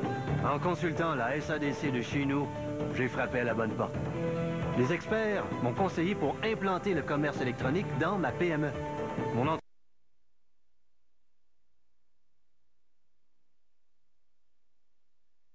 D'ailleurs, avec le recul, je pense que ça n'était possible, ça, justement, que dans la bonne humeur.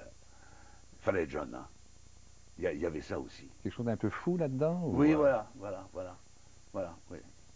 Oui, c'est un petit peu dans la folie générale, aussi bien chez les cadres que parce qu'il fallait être fou pour entreprendre des affaires comme ça, puis donner le hockey, puis, je veux dire, mais tout le monde. D'abord, entendons-nous, même chez les cadres, l'âge était relativement bas, hein. Il régnait un esprit d'entreprise prodigieux, les sous ne manquaient pas, les budgets étaient là, tout le monde bâtissait. La plus belle, enfin la plus grande invention du dernier siècle, avez-vous dit, quel est son avenir?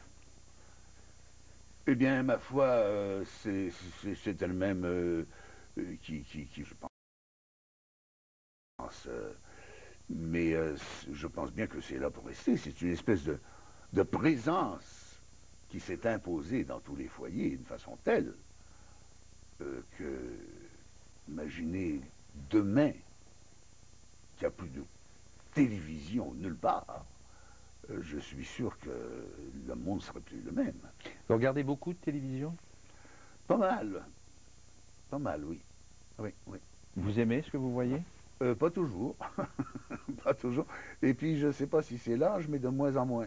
Alors, je ne sais pas s'il y a un relâchement, s'il y a... J'ai l'impression que...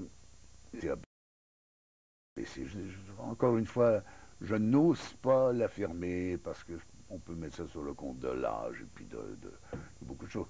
Mais j'ai quand même le sentiment que il y avait une rigueur, il y avait une qualité à l'époque qui a baissé. On fait un petit peu n'importe quoi, n'importe comment. Par contre, bon, il y a des choses fantastiques. Hein. Il se produit tout à coup des séries. Moi, j'aime beaucoup certaines séries, certains documentaires.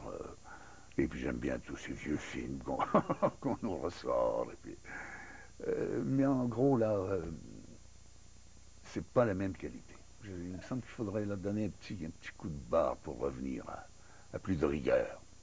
Ça reflète un peu peut-être la vie qu'on mène tous aussi, dans tous les domaines. Oui, cette espèce de... Oui, peut-être. Cette espèce de vie superficielle. Et puis, on a trop d'informations, finalement. Hein, je trouve. Pourquoi toutes ces informations qui sont d'abord, c'est souvent de la désinformation. Et puis, ces informations qui restent superficielles, qui ne nous expliquent rien. Alors, ça nous passe comme ça. Voyez avec quelle aisance on s'habitue non seulement à la violence, mais à la misère humaine. Au bout de 4 ou 5 émissions qui est en voie de le Rwanda, on regarde ça tout en mangeant notre steak le soir, tranquillement, puis en buvant son café, dans l'indifférence totale, puis en faisant la causerie avec les amis. On banalise ça le danger. C'est une invention prodigieuse, mais extrêmement dangereuse, qui me fait penser un peu à la bombe atomique, qui certainement a été une invention prodigieuse à laquelle on ne pouvait pas échapper, et à laquelle on n'échappera peut-être pas non plus. Alors, extrêmement fantastique comme invention, et très dangereuse en même temps, je trouve. Espérons qu'on trouvera un bouclier à dimension humaine. Oui, et espérons qu'on trouvera des ouvriers qui sauront utiliser ce moyen de communication absolument prodigieux, encore une fois. Guy Fauveau, je vous remercie beaucoup pour ce témoignage. C'est moi qui vous remercie. Très beau, ce regard très critique en même temps, courageux aussi, et c'est honnête et c'est franc. Nous l'apprécions. Merci. Merci beaucoup.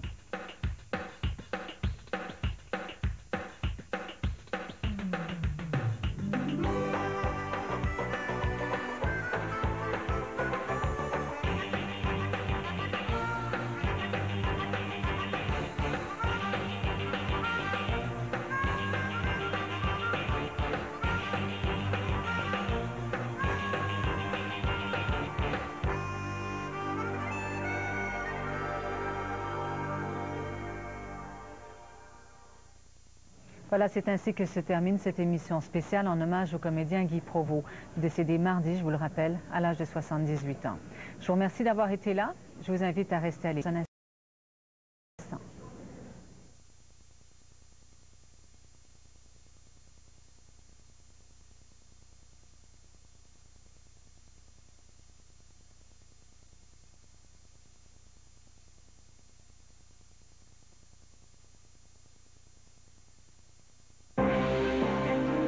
24 heures sur 24, 7 jours sur 7. Ici RDI, en direct sur la vie. Cet hiver, on redécouvre le plaisir des vacances en famille au Mont-Sainte-Anne. Tournez la tête. Rien n'égale le Mont-Sainte-Anne pour sa nouvelle zone familiale. Réservez un de nos forfaits pour 2 adultes et 2 enfants à partir de 235 $. Oh. Alors, je répète ça, puis passe le mot au kid, hein? S'il niaise encore avec les femmes sur Internet, J'y mets une étoile sur un sein. Non! On devrait le savoir, en tout cas, hein? Moi, je pourrais avoir le choix de réponse ici, par exemple, si vous voulez. Ah oui, on a besoin. Je le mets à la porte, je le fais muter au service de stationnement ou je le fais muter aux archives des retraités. Je le fais muter aux archives des retraités. Parce que François avait déjà... Ah, il y avait... Avant, moi... Non, non. Oui, c'est parce qu'il... Je vais y aller avec le patron. Je le fais muter aux archives des retraités. Voilà, bravo! Bonne réponse! Alors, on vérifie. Ah oui, on écoute la réponse. Oui, Il passe le message au kid, hein? S'il niaise encore avec les femmes sur Internet, là, je le fais muter aux archives des retraités. OK? Aux archives des retraités. 2 fois, c'est clair. 2 fois, c'est clair. T'as compris? Bon, dans la série Fortier 2, là, on retourne un petit peu en arrière. Hein? Alors, Dufour lit un livre en allant au village de la famille assassinée. Quel est le titre du livre? François. Comment séduire une femme avec des barniques dans le front?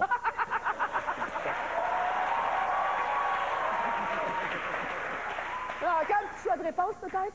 Alors, la voile pour les nuls, l'équitation pour les nuls, la chanson pour les nuls ou le sexe pour les nuls? Hey, Méran, vas-y, Jean-François. Je me rappelle, le sexe pour les nuls.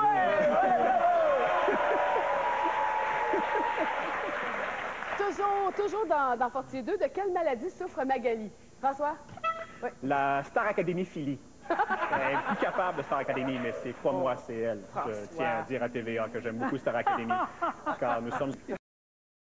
Continue. Oui. Je pense que tu devrais en mettre un petit peu plus encore. C'est pas ça? Quelle est la réponse, d'abord? Ben, qui c'est qui veut? C'est un choix de réponse. Vous voulez un choix de réponse? Schizophrénie, paranoïa, hystérie, personnalité multiple. Toutes ces réponses. Personnalité multiple, schizophrénie et toutes ces réponses. Toutes ces réponses. Elle est pas bien. Alors, vous devez maintenant compléter la réplique suivante.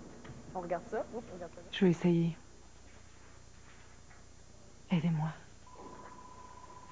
À quoi? À gagner un 32e MetroStar. Ou un 34e. Je sais plus ce que t'es rendu dans le film. Non, c'est pas ça. Qui l'a? Bon, c'est toute la gang. Vous savez, ben là... Ensemble? 1, 2, 3... À faire l'amour! Wow!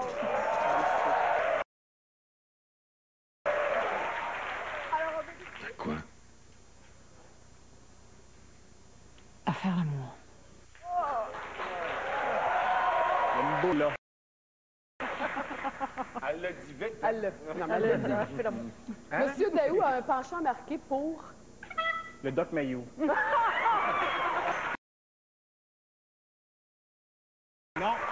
Non. Pour les bottes de caoutchouc. Mais non. Les souliers. Ouais, mais quoi avec les souliers? Quels souliers? À talons. Le fétichisme. Ben oui, mais c'est renifler les pieds des...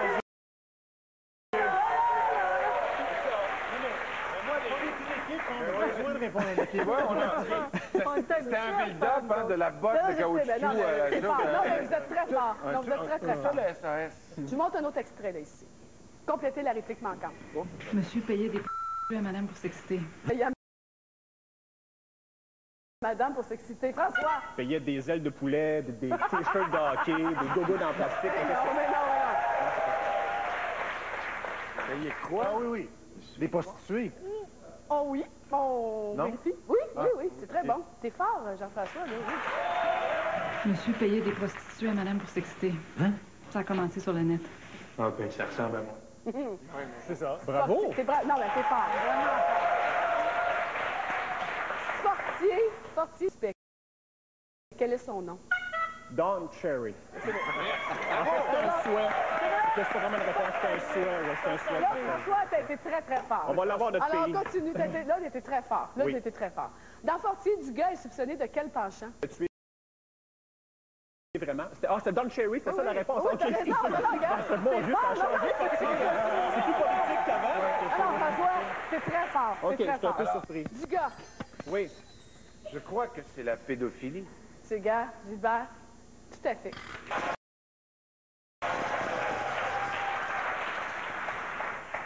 Dernière question. Je vous montre un extrait et vous devez deviner la réplique qui manque, encore une fois. Moi aussi, je fais juste ça tellement c'est le fun. C'est fait c'est quand même pas banal. Quoi? Il s'est fait... Attendez, je fais nommé- rien que ça, tellement c'est le fun. Se faire, c'est quand même pas banal. Nommé ambassadeur au Danemark après avoir fourré tout le monde de 25 millions de dollars. C'est plus politique que l'autre. C'est pas banal. Oui, c'est ça. C'est fort, ça aussi, mais Oui, c'est c'est pas pas tout ça, à fait... malheureux. Je me souviens pas, ça se concerne. Ben oui, C'est ça, ouais, réponse? ça se Oui, dit, non? tout se dit. Non, il n'y a pas de choix de réponse, mais tout se dit. Je sais pas, moi. Un peu, ouais, c'est l'affaire de l'hypoxyphile, là, s'attacher, c'est pas ça pendant tout. Non, c'est... Oui, tu sais, c'est du super...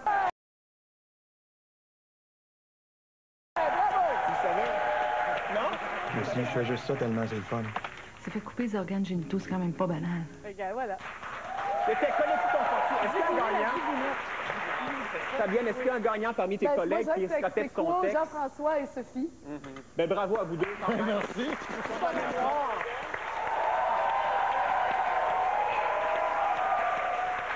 Tout le monde reste avec nous. Au retour, le premier vidéoclip de la série Fortier. Ne manquez surtout pas ça. Au retour, vous restez là.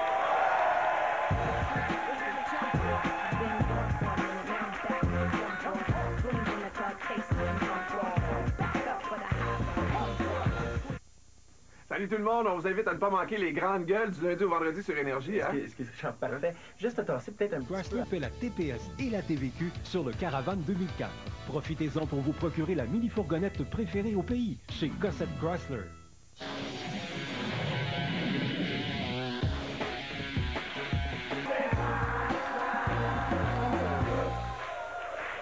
À l'émission demain, je reçois Roy Dupuis, Baume Desjardins, André Ducharme du film Jack Paradise, Don Tyler Watson, et on fera du speed interviewing. Pour l'instant, on veut vous laisser sur des images de Fortier. 28 et le complémentaire, le 12. De retour au Québec avec le Québec 49, voici le 42, 32, 23, 31, 3, 19 et le complémentaire, le 41. À nouveau, 3, 19, 23, 31, 32, 42 et le complémentaire, le 41. On enchaîne cette fois-ci avec le Banco et le Banco spécial, en vous rappelant que tous les tirages, à l'exception de la Loto 649, se sont déroulés à TVA sous la supervision de la firme Samson Belair de Loterie Touche et de la représentante de l'Auto-Québec. Bonjour et merci de nous accueillir. Aujourd'hui, émission spéciale pour une circonstance spéciale. Comme nous tous, vous avez appris ce matin ou aux nouvelles d'hier soir le décès de Guy Provost, un grand comédien. Et il est décédé à l'âge de 78 ans, il était hospitalisé à Sacré-Cœur, à Montréal, et il était déjà malade depuis au moins une couple de mois. Le souvenir qu'on a de lui, c'est le souvenir qu'il nous a laissé alors qu'il nous a rendu visite au mois d'octobre dernier. Au cours de cette entrevue, on a pu redécouvrir la générosité de cet homme. On a pu redécouvrir aussi le sens de l'humour de Guy Provost. Alors pour lui rendre hommage, pour un peu nous faire plaisir à nous aussi, et en même temps pour vous faire plaisir à vous, pour retrouver ce grand homme, on a décidé de vous représenter ce matin l'entretien avec Guy Provost. Le voici. Notre invité donc aujourd'hui, Guy Provost, une longue et fructueuse carrière. Les images que l'on va voir, ce sont des images qui datent de 1948. Et quand on a visionné, ça vous surprend? Il y avait des images en 48. Oui, oui, oui. C'était du noir et blanc, mais il y avait des images en 48. Des images dont je me souviens, c'est la Sainte Vierge puis le petit Jésus. Voilà. Non, il y en a d'autres. Ah, il y en a d'autres que ça? Oui, oui, oui. Ah ouais? À un point tel que, je vous dirais, Guy, quand on a vu ces images-là en visionnant, on s'est demandé si c'était voulu comme ça dans le scénario ou si c'était arrivé en tournant. Voici ce que c'est. Qu'est-ce que c'est que tu veux que je fasse? Hey, Michel! Ah, je vois ce que vous voulez dire. Ouais. Non, non, c'était pas voulu, ça. Non, je te dis que c'est du pas... tout, Ça veut pas marcher, hein? Et... Mais c'est un village, pas un boulonnois.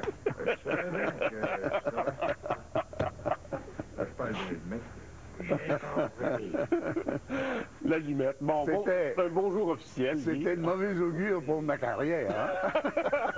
Mais c'était accidentel et ils l'ont laissé rouler comme ça. Ils l'ont laissé, ils devaient trouver ça drôle, je sais pas. Ou alors ça arrivait, bien sûr, ça arrivait régulièrement. Mais lui, Hector Charland, parce qu'il vous lance une petite phrase à un moment donné, là, est-ce que c'était dans le scénario, ça? Qu'est-ce qu'il a dit? Je n'ai pas compris. Quelque chose dans le genre, là, vous avez l'air d'avoir de la misère et que vous avez l'air d'avoir de la misère. Ah, ben il doit y avoir pensé, il doit y avoir improvisé, là. Je me souviens plus.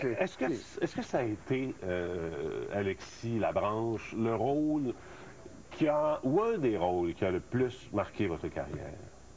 C'est lui qui m'a poursuivi d'abord. Toute ma vie. Ouais. Poursuivi, bon, c'est pas dans le mauvais sens du mot, là, du terme que j'emploie. Mais les gens, aujourd'hui, me parlent enfin, ceux d'un certain âge, me parlent surtout,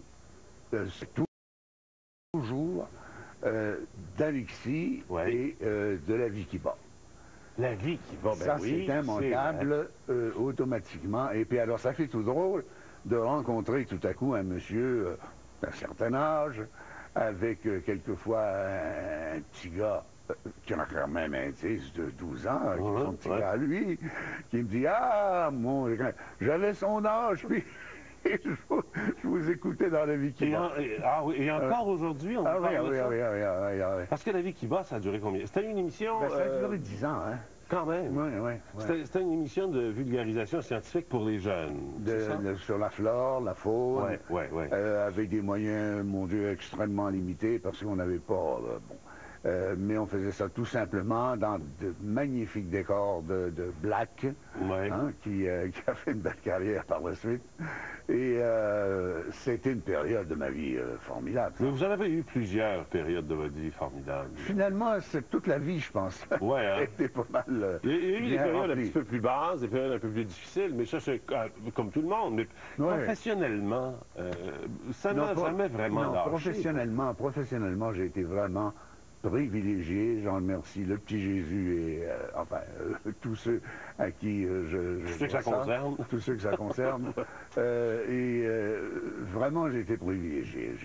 J'ai travaillé dans beaucoup de choses et beaucoup de choses différentes. C'est rare pour un comédien d'horreur, c'est le rêve de tout comédien, de faire des choses différentes, de pouvoir se renouveler, de ne pas être catalogué, de ne pas être fixé sur un personnage. Toujours confiné au même genre. Alors, j'ai joué des tas de choses différentes, j'ai fait des tas de choses différentes. J'ai fait de la radio. Ben écoutez, je vais en profiter pour essayer d'apporter une réponse. Probablement qu'il y a bien des gens à la maison qui se posent cette question-là. La dernière dernier téléroman dans lequel on vous a vu, c'était Mon meilleur ennemi. Mon meilleur ennemi. Vous avez eu, en février 2003, vous avez fait un infarctus qui a fait que vous avez dû vous retirer de l'émission, forcément. Sauf qu'on n'a jamais su comment l'intrigue de votre personnage s'est terminée. Mon particulier, on m'a dit, parce que moi je ne l'ai même pas vu, ni entendu, mais on m'a dit qu'on m'avait fait partir chez ma sœur qui était malade aux États-Unis. Et que très vite, j'ai fait mes bagages et que j'ai pris le train ou l'avion, je ne sais pas quoi. Alors l'intrigue, c'est ficelé comme ça. Ben, c'est-à-dire, Pour moi. Pour vous, oui. Parce que j'étais pas en fait l'intrigue de mon meilleur ennemi. Il y en avait plusieurs. C'était pour les situations qui entouraient votre personnage. Oui, pour les situations qui entouraient mon personnage, c'était ça. Ouais. Et j'ai dû, hélas, rater les 4 ou 5 dernières émissions. Ouais. Ça m'a fait un peu de peine en même temps. Parce que j'aime jamais lâcher un boulot déjà entamé et puis commencé, bon, comme n'importe qui dans ce métier-là. Et encore moins un boulot noir. Et encore moins un boulot noir. Excusez. On y revient, hein? Excusez. C'était trop facile. Je voulais y revenir à boulot noir. Il y a eu 2 frères en premier. C'est ça. Il y a eu... Est-ce que les 2 se sont appelés Un homme et son péché? Ou s'il y en a eu un Séraphin et l'autre Un homme et son péché? Le premier s'appelait Un homme et son péché, le second Séraphin. OK. Ouais. Non, on a un extrait. Celui-là, je pense, celui qu'on a vu tantôt avec la lumière, je pense, les 2, je pense que c'est du premier film, j'ai l'impression. Là, c'est une scène... Si c'est 48, c'est Un homme et son péché. Ouais. Séraphin, on l'a fait en 49. Bon, alors je pense que c'est Un homme et son péché. Mais là, c'est une scène qui nous donne l'image de ce qu'est Alexis dans cette série-là, c'est-à-dire l'amoureux de